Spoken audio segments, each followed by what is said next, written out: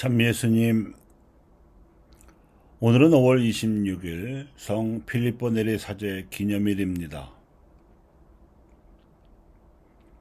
생애 마지막 때에 제자들에게 고별사를 남기신 예수님께서는 당신께서 보내실 성령에 대해 예고하셨습니다. 부활하신 후에는 성령으로 믿는 이들 안에 현존하심으로써 새하늘과 새 땅을 이룩하실 작정이시기 때문이었습니다. 새로이 창조될 현실에서 가장 중요한 것은 새 인간이요, 이들이 맺는 새로운 인간관계였습니다. 그래서 오늘 복음이 말하는 초점은 성령으로 맺어지는 사도적 인간관계입니다.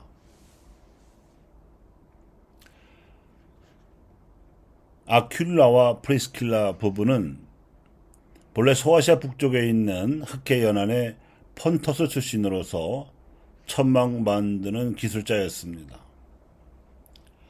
그런데 로마로 갔다가 클라우디우스 황제가 로마에서 모든 유다인을 추방하는 바람에 코린토에 오게 되었습니다.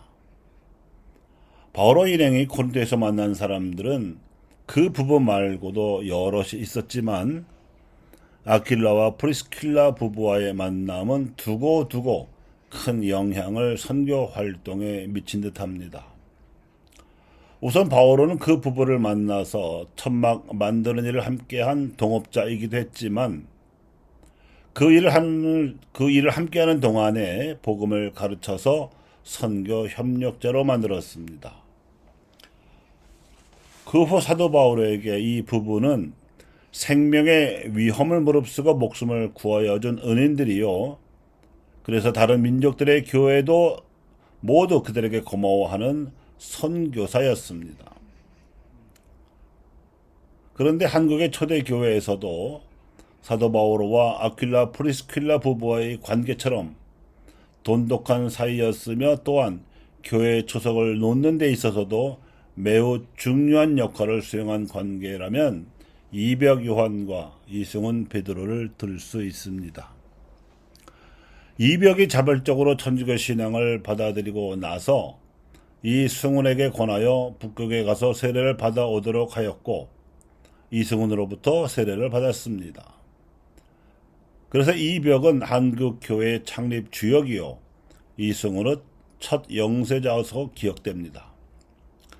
그런데 이 두 사람은 나조 정식 가문과 각기 사돈지간이었습니다. 이벽의 손인 누이가 정약현과 혼인하였고 이승훈은 정약현의 손아래 누이와 혼인하였습니다. 그래서 광주의 시인 이벽과 평창의 시인 이승훈, 이 두 사람은 자연스럽게 사돈지간인 나조 정씨 가문 정약현의 동생들인 약용과 학문적으로나 정신적으로 가까워질 수 있는 사이가 되었습니다. 그런데 이 다섯 선비들을 학문적으로 묶어줬던 사람은 권철신이었습니다.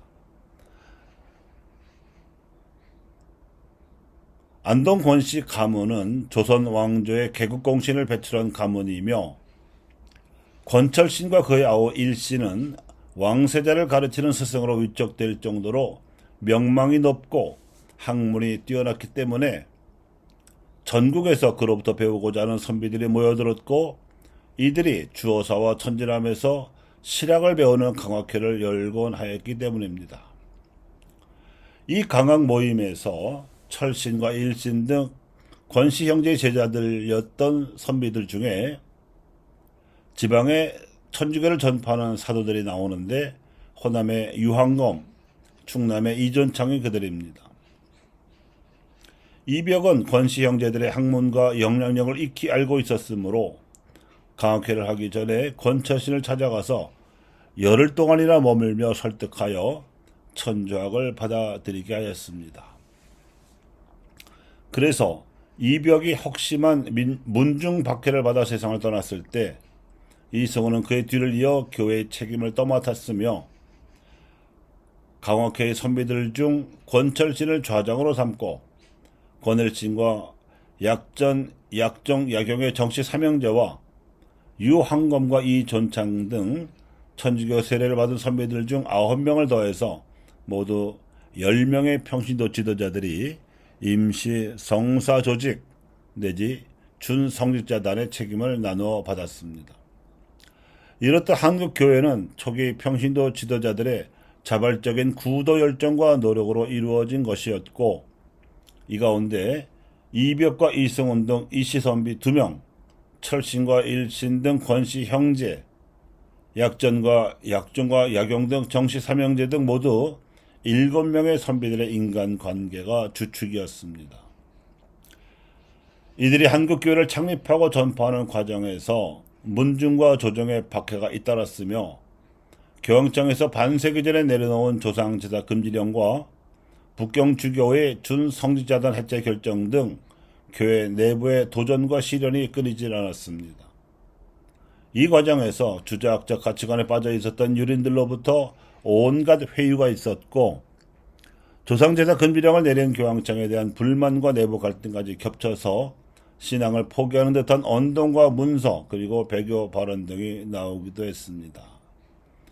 그래서 이분들을 10억 시상 명단에 올리는 심사 과정에서 많은 논란이 일어나고 있습니다만, 예수님께서 당신이 체포당하시던 겟세마네 동산에서 제자들이 죄다 달아나 버렸고, 수제자인 베드로마저 당신을 모른다고 부인했던 과거를 모두 용서하시고 교회의 큰 그릇으로 쓰신 것만 보더라도 한국교회를 창립한 선조들에 대해서도 같은 잣대로 바라보아야 할 것입니다.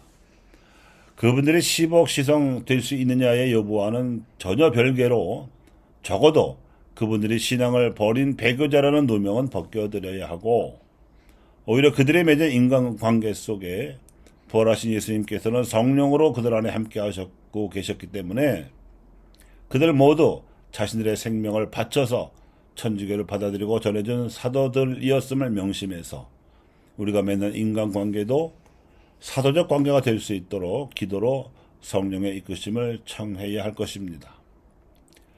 예수님께서 창조하시는 새로운 현실에 걸맞는 인간관계는 성령과 진리로 이끌려야 합니다. 감사합니다.